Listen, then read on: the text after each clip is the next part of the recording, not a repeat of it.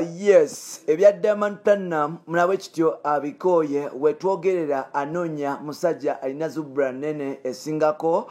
ku yomukulu mpola mpola bamuyita Zari Hassan the Boss Lady asuttewo tawero Tanzania kivudde mulanga wetwogerera South Africa gambye musajja ono owaka zero tukwaniriza ku mukutu gwaffe omuganzo gumanyikiddwa nga ajugera mu kamuli amanyane dobozi bampita ntambi kimso anamanu chibe Maxud Junior webakwanti otamula naffe webakwanti otwagala webakwanti eva otambula naffe nkiddamu yes webakwanti otwagala webakwanti osubscribing webakwanti otambula naffe era nga tukwagala nnyo buladi waffe mpola mpola nkugambye omukutu guli gumu gwayigana mu kamoli bampita ntambi kimso webale gwe kyali wange abeerako mpola mpola nkutumiddeko gwe wenna atuwuliriza gwe wenna atambula naffe mpola mpola ngenda kiddamu buladi wange bino nno byenkola bikuza music industry ye Uganda era nga tuli baddemu kuba nti tukusako mpola mpola nga bitambula Brandways akayimba bakaita updated gendo kanonyeko ka Brandways updated gendo kanonyeko enako zomwezi ngalumu Don Sultan Sadex bagenda kuba nti batta video yabwe bagita ddala gendo nonyeko audio already jali ku YouTube era nga onako olwo mulindwa atolwerabira enako zomwezi nga 4 December palasa agenda kuba nti ata akayimba bakaita nyoyo yes mpola mpola webale kuba nti ngambye nti otwagala webale kuba nti eva otambula naffe waliwo akayimba ku lukalo lwa Africa bakaita Infinity akayimba ka Omale kwogatane omusajja mukulu amanyikiddwa nga Olamide akayimba kano kafuuse tabo agamba nti ngenda kuteekateekayo ngenda kukuba ngenda kutigatiga paka lona guwulira mu ndeeyo ngenda kuteekamu nga tomala bwe kityo Infinity akayimba ka Omale ne Olamide bwe kategeeza nti nze ngenda kukola ebirungi ngenda kukola ebinyuma amateeka ebimenya amateeka ate nga mu byengenda okukola n'abasagala kuba nti mala mpola mpola akayimba gendo kanonyeko mpola mpola webale kuba nti otambula naffe webale kuba nti otwesiga webale kuba nti eva yes ekyali waffe ogamba nti yes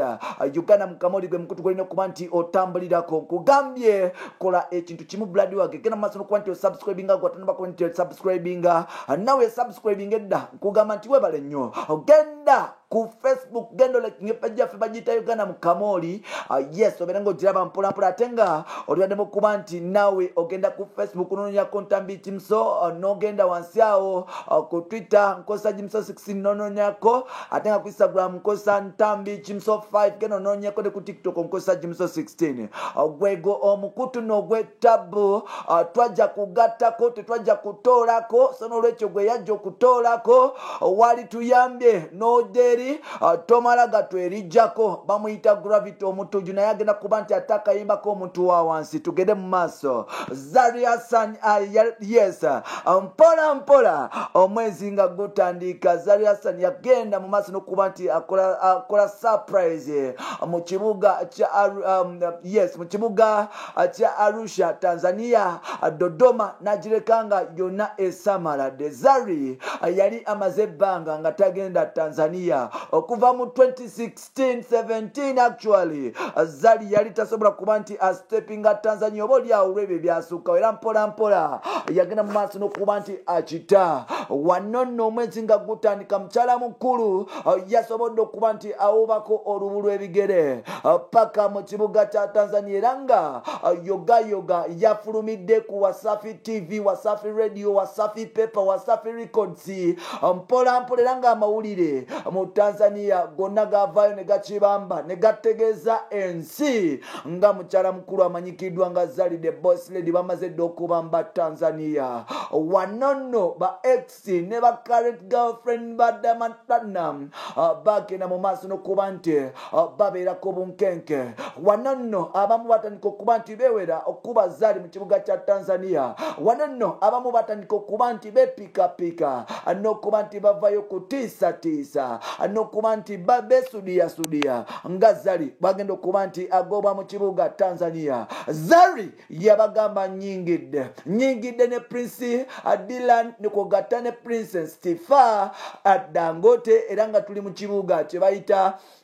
Arusha ekya Tanzania gwe wenna awulira nti oyagala kunkuba gwe yenna awulira nti oyagala kumpimapima onzalawe gwe omukyala ewulira nti mbwe yiyo nnene esingako eyange jangu ogindage gwe bwewakula nange nkulageko nti bannayuganda twazifuna era twazisika mpola mpola bw'atyo bamuyita Zalide boss lady yagenda mu maaso n'okuba nti acyankalanya Tanzania yagenda mu maaso n'okuba nti acyankalanya ebitundu by'ekyama bya Diamond Platinum era nga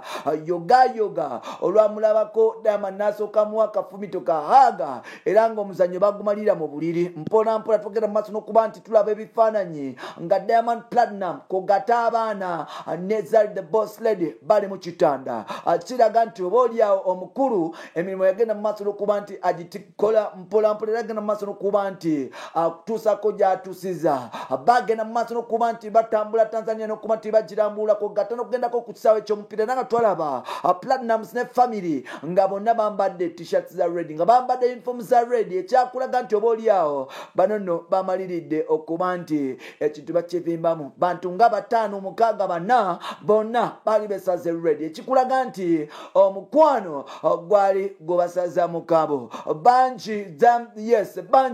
batandika okugera bino nabiri abalala nga bagamba nti Zali oba oliawo alese baana abalala bagamba nti oba oliawo bagenda kuddingana abalala bagamba nti alina bizinesi zakoze tukiraba nti Zali mukuba nti ali Tanzania omusajja mukulu amanyikiddwa nga Koffi Olomide yali amaze ebbanga ng'atawanya musajja mukulu amanyikiddwa nga Diamond Platinum nga tamuwa kolabo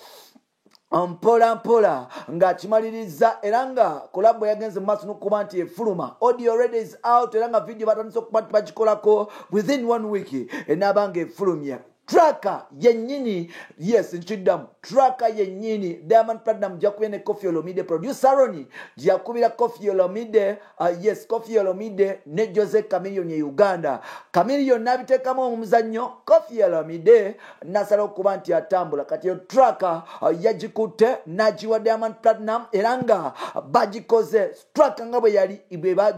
bagikolera Jose Chameleone e Kampala producer Roni ngo ye producer wa Bebe Cool mpola mpola yagikwata n'agikwata Diamond Platinum yagikoze era nga oluyimba audio ready yafulumye mpola mpola now getukuwa agakagwawo Zari yagambye nti akantu k'omusajja takyakategeera mukagenda mu maaso n'okuba nti katonyiwa yagenze mu maaso n'okuba nti agamba nti oba oliawo omusajja ono takyasobola kuba nti amatiza engeri gyali nti ye naalonga n'abaana agenda ng'awezaweza n'ekitundu kyagenda mu maaso n'okuba nti kigejja mpola mpola so n'olwekyo mbona omuvubuka wayaye entono yagenze mu maaso n'okuba nti ayabulira Tanzania naddayo South Africa oba oliawo anonye ku musajja alina zubra ennene nkiddamu ono omukyala yazaddeyo abaana alina ku baana alina ebintu by'ettabu so mpola mpola yagenze mu maaso n'okuba nti oba oliawo ava mu Tanzania n'agenda mpola mpola mu South Africa ng'agamba nti oba oliawo Diamond Platinum akantu ke katoniwulira ddala mbu abasikazi kirabika bwe badde bagamba mbu mumba teggwerera naye ng'akantu kano ak'omusajja kagenda mu maaso n'okuba nti kagwerera mpola mpola omukutu guli gumu gwa Uganda mukamuli bali kuba nti otambula naffe bampita ntambi kimusoni namba wadikibweya Maxudi Junior nkuwa music updates ezife Kampala muganda wange nawe osobola okuba nti ogamba bakyalibo nti bakyali abo batuletera information Radio Man White Bender featuring Wizo Manizo oluyimba olwo lwakoleddwa ku Mpaka Records mpola mpola Radio Man oluyimba lwa White Bender ne Wizo Manizo alugenda kuba nti lufuluma mpola mpola ani oyo Palaso alugenda kuba nti lufuluma ennaku z'omwezinga 4 ennaku z'omwezinga 1 Don Sultan Sada X bagenda kuba nti batakayimba kawe bakayita ddala genda banonyeko ku Facebook bakosa Don Sultan Sada X Twitter kyekimu Instagram kyekimu ate nga ne ku YouTube gye bali abavubuka abo bayimba bulungi mpola mpola genda banonyeko nga tukyeyongerayo mpola mpola omukutu guli gumu mwe ababadde basuubira nti oba oliawo